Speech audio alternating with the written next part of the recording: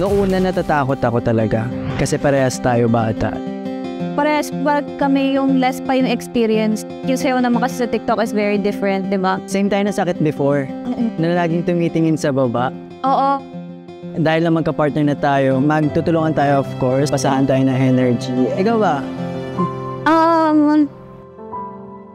Anong napapansin mo ba sa akin? Open up pa. Open up pa. Yeah. Parang nagkakaroon tayo ng lack of communication. Yes. Randomly, biglang parang magpapansinan tayo. Tapos biglang... Randomly, hindi. Gano'n. Okay. Yeah. Gets.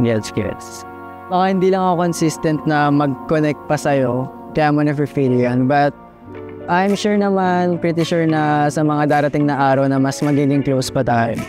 Di pa kami masyado nakakapag-usap about personal life, what's your favorite color, Our goal po talaga is manalo talaga. Lalo na sa episode na to. Oo. Very challenging for us, but papakita namin sa mga judges, sa mga audience na kahit gantong edad, kayang-kayang mag-dance sport, kayang-kayang mag-100% sa dance sport. Tsaka parang gusto ko rin maging parang tumatak ulit na parang ito yung comeback namin. Yeah. Up na kami ng first episode.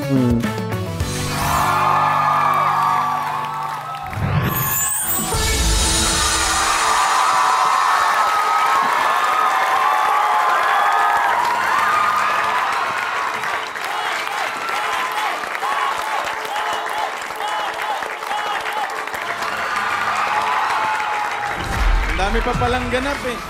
Lo. Mano daw. Okay. Yung character pa rin. Ang kanilang concept po for tonight ay Jive. Jive. Yan, ano masabi mo? Sige na, pumapayag na ako. Saan? Maging presidente ng fans club nila. Oy! Ano yung tatawag mo sa kanyang fans club? Ano ba? Tatawag ko sa kanila Paka. Hoy! Paka. Paka. Bakit? Paka-cute nilang dalawa together. Ano ba? Pero kanina nangihinayang ako. May isang part Bakit? na nangihinayang ako. Ang lapit na, no?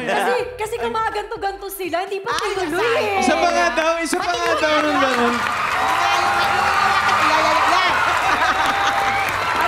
Alam ko kayong dalawa ang pinakabata dito. Pero ngayon pa lang, kabahan na yung mga kalaban niyo. Diba? Nakikita ko yung professionalism niyo together, yung pagiging responsible niyo sa isa't isa, at saka yung ano bang gusto niyo? Ayaw talagang kumalas. Kaya nga di ba? Yan ang tinatawag natin na hanggang dulo walang bibitaw. Walang bibitaw. In character. At yan ang gusto natin. Coach. Shoutout kay Coach Chen. Sobrang daming nangyari din. Tsaka creative yung paggamit ng cane. And then siguro mas gumanda yung jive na ginagawa nyo ngayon kasi may character kayong ginagawa. Tsaka hindi pa kayo nag-i-start, na-excite na kami. Kasi pagpasok nyo pa lang in character na kayo eh. So parang binibigyan nyo kami ng excitement na panoorin kayo. Thank you, Coach. Mang. Plus 20% kayo sa ating mga lolo't lola.